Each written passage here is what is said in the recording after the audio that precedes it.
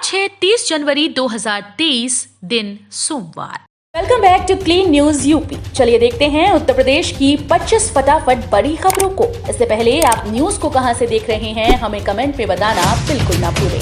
साथ ही हमारे Facebook page को भी फॉलो करें। फेसबुक पेज का लिंक डिस्क्रिप्शन में दिया गया है। कोल्ड स्टोरेज में आलू रखना हुआ महंगा, भाड़े में 20 रुपए क्विंटल की बढ़ोतरी। Aligarh cold storage owners association की आम सभा की बैठक में आलू भाड़ा 20 रुपए बढ़ाने का निर्णय लिया गया है। साथ में शीतगृहों को अपग्रेड करने पर सहमति बनी।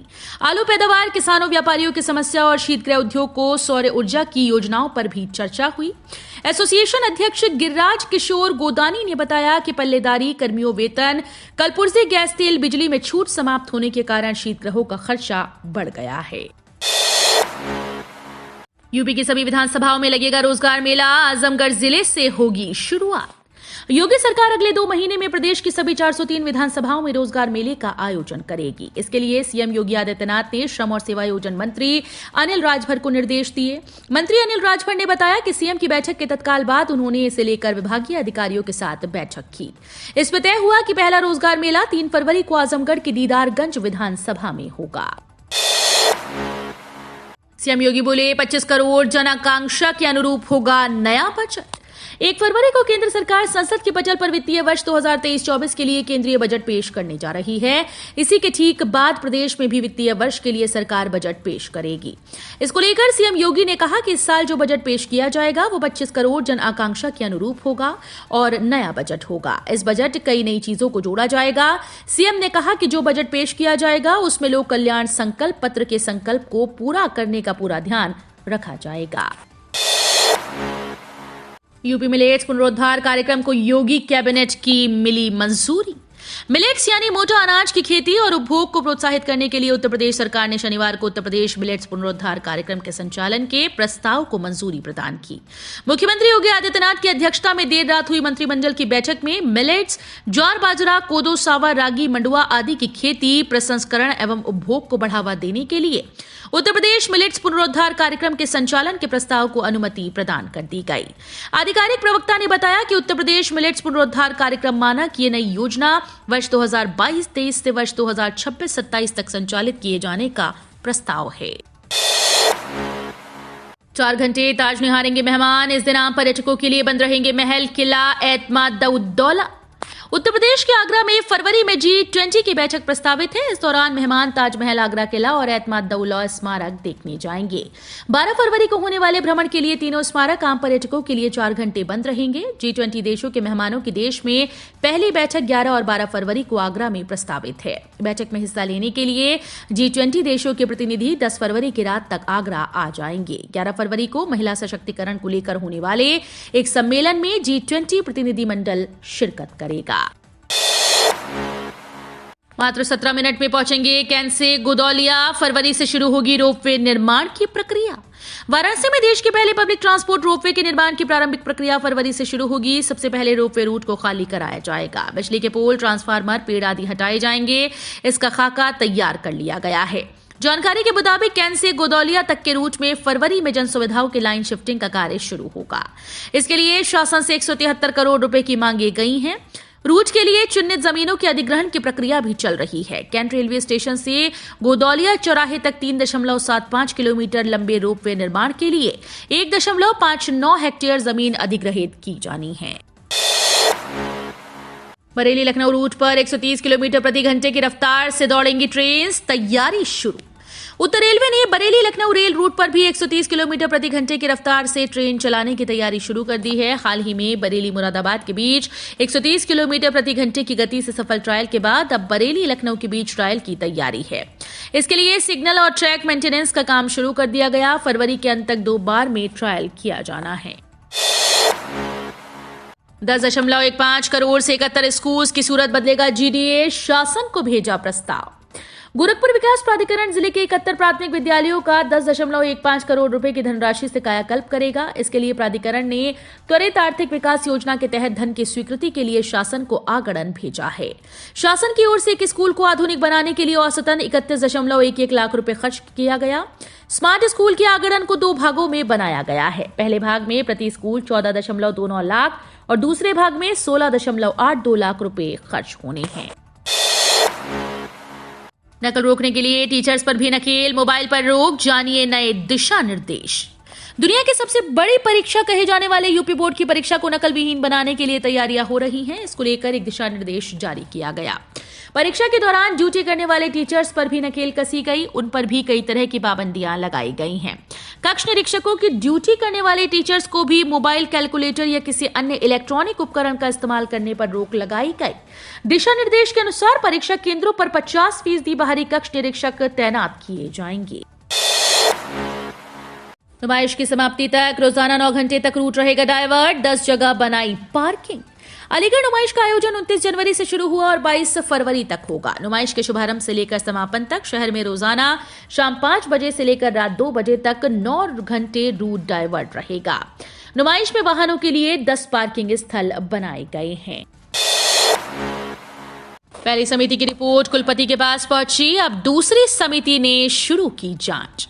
बीएचयू अस्पताल में फर्जी इंटर्नशिप कराने के मामले में चिकित्सा अधीक्षक की ओर से गठित दूसरी समिति ने जांच शुरू कर दी है। इस समिति के अध्यक्ष मनोचिकित्सा विभाग के अध्यक्ष प्रोफेसर संजय गुप्ता हैं। प्रोफेसर संजय ने चिकित्सा अधीक्षक कार्यालय से जानकारी हासिल की। साथ ही अस्पताल में इंटर्न की ड्यूटी लगाने, किस इंटर्न की ड्यूटी कहां और कहां से कब तक लगाई गई, इसकी जानकारी विभागाध्यक्षों से तलब की है। अयोध्या में रामनवमी से पहले तैयार हो जाएगा जन्मभूमि पथ। डेडलाइन पर काम होगा पूरा। विजन डॉक्यूमेंट के अंतर्गत जन्मभूमि पथ, भक्ति पथ व राम पथ निर्माण का लक्ष्य रामनवमी तय है। फिर भी जन्मभूमि पथ ही ऐसा है जिसका निर्माण निर्धारित समय में हो जाएगा। बताते चलें कि बिड़ला धर्मशाला के सामने सुग्रीव किला होते हुए राम जन्मभूमि जाने वाले इस मार्ग की कुल लंबाई 566 मीटर है। इस पथ पर यूटिलिटी डक्ट के साथ सीवर लाइन विस्तार व वाटर पाइपलाइन विस्तार के अलावा भूमिगत विद्युतीकरण का काम समयबद्ध ढंग से एक साथ चल रहा है। कोहरा बढ़ने पर ट्रेन की लेट लतीफी होगी। बीते दिन के बाद कवच से अब सुरक्षित होगा सफर। बनारस रेल इंजन कारखाना में बनने वाले इलेक्ट्रिक इंजन में अब स्वदेशी ट्रेन सुरक्षा प्रणाली डिवाइस लगाई जाएगी। इसका सफल परीक्षण हो गया है। रेलवे बोर्ड से जल्दी मंजूरी मिलने की उम्मीद है। कवच डिवाइस लगने के बाद से ट्रेन घने कोहरे के बीच भी तेज गति से चल सकेंगी। मेट्रो की तरह ही सामान्य ट्रेन के लोको पायलट को सिग्नल की जानकारी मिलती रहेगी। यात्री सुरक्षा को लेकर रेल महकमा गंभीर है। इसी वजह से research, design and standard organisation Lucknow से कवच डिवाइस तैयार कराई गई है। वाराणसी में भाजपा कार्यकर्ताओं ने जगह जगह कैंप लगाकर सुनी मन की बात। प्रधानमंत्री नरेंद्र मोदी ने रविवार को साल 2023 में पहली बार मन की बात कार्यक्रम के जरिए देश के नागरिकों को संबोधित किया। वाराणसी में भाजपा पदाधिकारियों, कार्यकर्ताओं के अलावा जनप्रतिनिधियों ने अलग अलग जगहों पर मन की बात सुनी। इसके अलावा उन्होंने आदिवासी समाज की भूमिका से लेकर पद्म पुरस्कार पाने वाली हस्तियों के बारे में भी चर्चा की। शहरी और ग्रामीण इलाकों में कई जगहों पर मन की बात कार्यक्रम में कार्यकर्ताओं ने बढ़ चढ़कर भागीदारी की। एएमयू में डॉक्यूमेंट्री को लेकर सतर्कता, इंतजामिया चौकन। प्रधानमंत्री नरेंद्र मोदी पर बनी बीबीसी डॉक्यूमेंट्री सीरीज की स्क्रीनिंग को लेकर कई विश्वविद्यालयों में विवाद हो चुका है। इसी मामले में कई छात्रों की गिरफ्तारी हो चुकी है। वहीं अलीगढ़ मुस्लिम विश्वविद्यालय में बीबीसी डॉक्यूमेंट्री की स्क्रीनिंग पर इंतजामिया सतर्क है। जवाहरलाल नेहरू, जामिया मिल्लिया इस्लामिया दिल्ली और दिल्ली विश्वविद्यालय सहित अन्य विश्वविद्यालय में प्रधानमंत्री नरेंद्र मोदी पर आधारित विवादास्पद डॉक्यूमेंट्री की स्क्रीनिंग के दौरान हुई पत्थरबाजी की घटना को लेकर अमूवी प्रशासन चौकन्ना हो गया है। वित्त एवं संसदीय कार्य मंत्री ने किया नुमाइश का उद्घाटन। 22 फरवरी तक चलेगी प्रदर्शनी।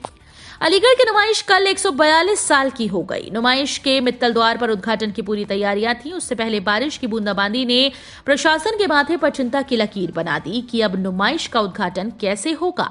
लगभग 1 घंटे के बाद यूपी के वित्त एवं संसदीय कार्य मंत्री सुरेश कुमार खन्ना ने सफेद कबूतर उड़ाकर नुमाइश का उद्घाटन किया। प्रवीण तोगड़िया बोले, जनसंख्या नियंत्रण कानून नहीं बना तो 50 साल बाद राम मंदिर में खतरे में होगा। वाराणसी में अंतर्राष्ट्रीय हिंदू परिषद के अध्यक्ष डॉक्टर प्रवीण तोगड़िया ने राम मंदिर और जनसंख्या नियंत्रण कानून को लेकर बड़ा बयान दिया है। उन्होंने कहा कि यदि देश की बढ़ती हुई जनसंख्या वृद्धि को रोकने के लिए कानून नहीं बनाया गया तो 50 साल के बाद अयोध्या में बन रहा भव्य राम मंदिर खतरे में पड़ जाएगा। साथ ही कहा कि इससे राम मंदिर ही नहीं बल्कि देश के करोड़ों हिंदुओं और उनके घर परिवार कश्मीर घाटी की तरह सुरक्षित नहीं रहेंगे। बाइकॉट और नफरती भाषणों पर मायावती की प्रतिक्रिया, मुगल गार्डन का नाम बदलने पर किया ये सवाल।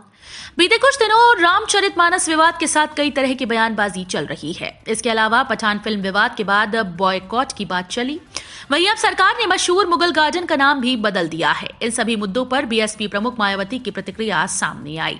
मायावती ने नफरती भाषणों और बॉयकॉट पर प्रतिक्रिया देते हुए कहा कि कुछ मुट्ठी भर लोगों को छोड़कर देश की समस्त जनता जबरदस्त महंगाई, गरीबी व बेरोजगारी आदि के तनावपूर्ण जीवन से त्रस्त है, जिनके निदान पर ध्यान केंद्रित करने के बजाय धर्मांतरण, नामांतरण, बाइकॉट व नफरती भाषणों आदि के जरिए लोगों का ध्यान बटाने का प्रयास घोर अनुचित व अति दुखद है। अखिलेश यादव की नई टीम घोषित, शिवपाल स्वामी प्रसाद, आजम खान सहित 14 लोग बनाए गए राष्ट्रीय महासचिव। समाजवादी पार्टी के राष्ट्रीय अध्यक्ष अखिलेश यादव ने 3 माह बाद राष्ट्रीय कार्यकारिणी की घोषणा कर दी है।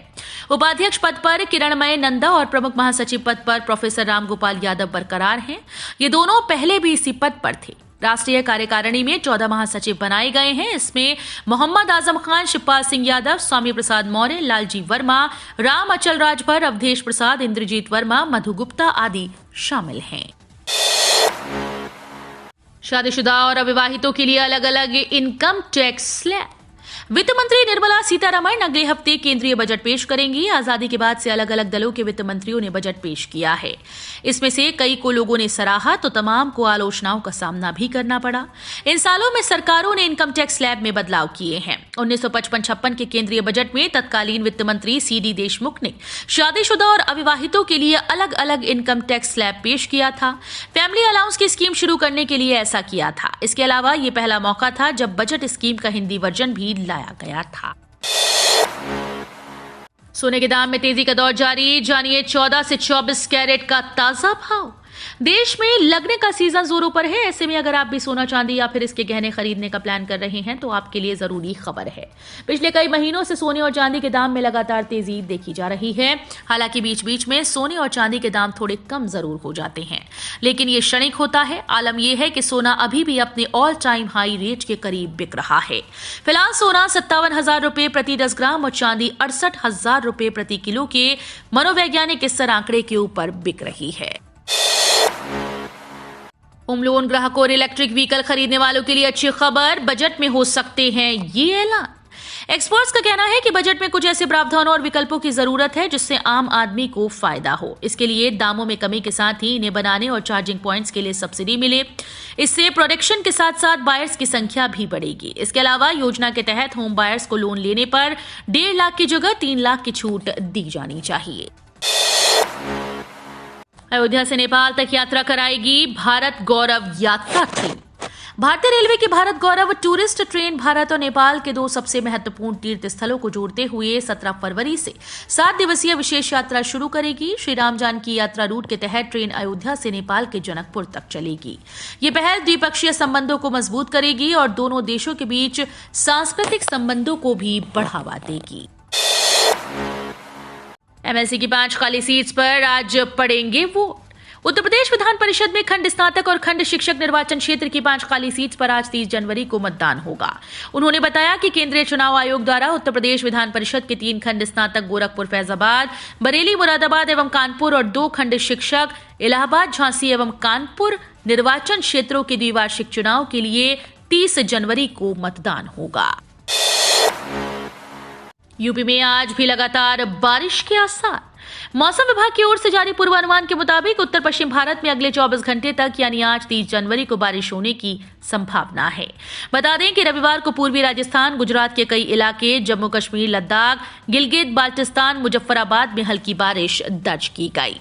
इसी के तहत दिल्ली समेत पूरे एनसीआर में भी दिन भर बारिश हुई। तो ये थी आज की 25 फटाफट बड़ी खबरें। अगर आपको न्यूज पसंद आई हो तो वीडियो को लाइक और शेयर जरूर करें। धन्यवाद।